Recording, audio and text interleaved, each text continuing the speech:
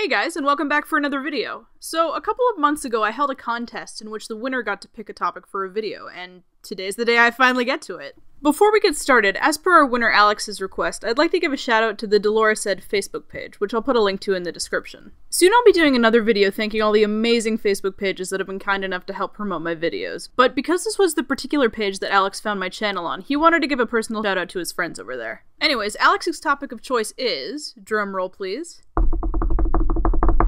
Hodor's haircut. No, not really. Lucky for me, Alex doesn't hate me. His topic is actually Bran's powers and his journey beyond the wall in this series. Because I thought this topic was so great, I'm actually going to split it up into two parts. Next time around, we'll be getting into Bran's character and his journey throughout the series, but before we do that, I'd like to touch on Bran's abilities of both Skinchanging and Greensight. Like with most fantasy elements in the Song of Ice and Fire, while being incredibly important to its identity, are usually kept out of the spotlight in this series, following the rule of less is more, and with these two powers being no exception. But because of this, there's a lot of confusion out there about how these abilities work, and how they're connected with the old ways and the Children of the Forest, that I think it's worth taking an in-depth look at. And if it's something in the series that maybe you're a little or a lot unclear about, this will hopefully help you out. So first off is skin changing. Skin changing is the ability to either deliberately or unconsciously enter the mind of an animal, either as just a passenger of what the animal is seeing and feeling, or if you're skilled enough, as a full-on pilot of the animal's body. No one knows how this power originates, but it seems to be the most common among those that are descended of the first men. But even then, your chances of being born with this ability are about 1 in 1,000. Most skin changers can only bond with one individual animal, or a single species, but if you're proficient enough, you could theoretically merge with any number of different animals. It's worth noting that a specific subcategory of skin changer is a warg, a term used for those with the ability to bond with wolves or dogs. These two terms often get confused, but here's the golden rule to keep them apart. If a person can go into a wolf, then they can be referred to as either a skin changer or a warg. But if they only have a grasp on the ability to, say, merge with birds or fish, then they're a skin changer, but not a warg. While skin changing might sound like a lot of fun and maybe even useful in some situations, the skin changer in question has to be extremely careful. When you do this, you leave your body totally defenseless in a sleep-like state, and because there's no metabolic connection, your body can't survive on any food or water that you ingest as the animal. Furthermore, the longer you spend inside your host, the harder it might be to come back, and even if you do, you may find yourself returning with animalistic personality traits. How long you can spend inside the animal without facing consequences depends on both the species of the animal in question and how close you are with it. For example, if you wanted to go inside your beloved pet corgi and chase squirrels around the neighborhood for the afternoon, you probably wouldn't have anything to worry about. And this is because A, domesticated dogs share a close psychology with humans. You're not really at risk of losing your humanity because your dog lives just about as close to a human lifestyle as you can get. And B, because you've spent so long bonding and building trust with him that he's probably going to be just fine with you sharing his body, and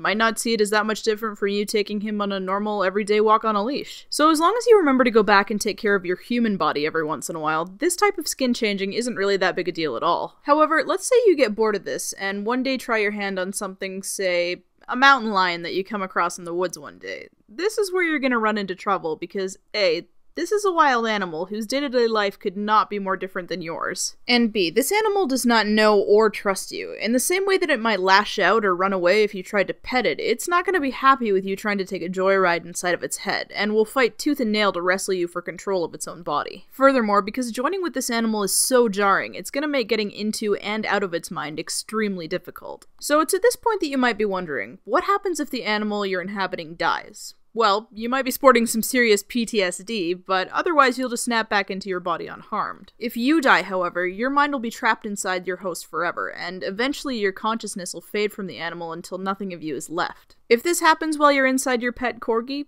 well, it'll take a lot longer because your minds aren't butting heads, so he'll probably reach the end of his doggy lifespan before you ever even have to worry about it. But if it happened while you were inside that mountain lion, then you may only have a few weeks before you can't even remember your name or your human family.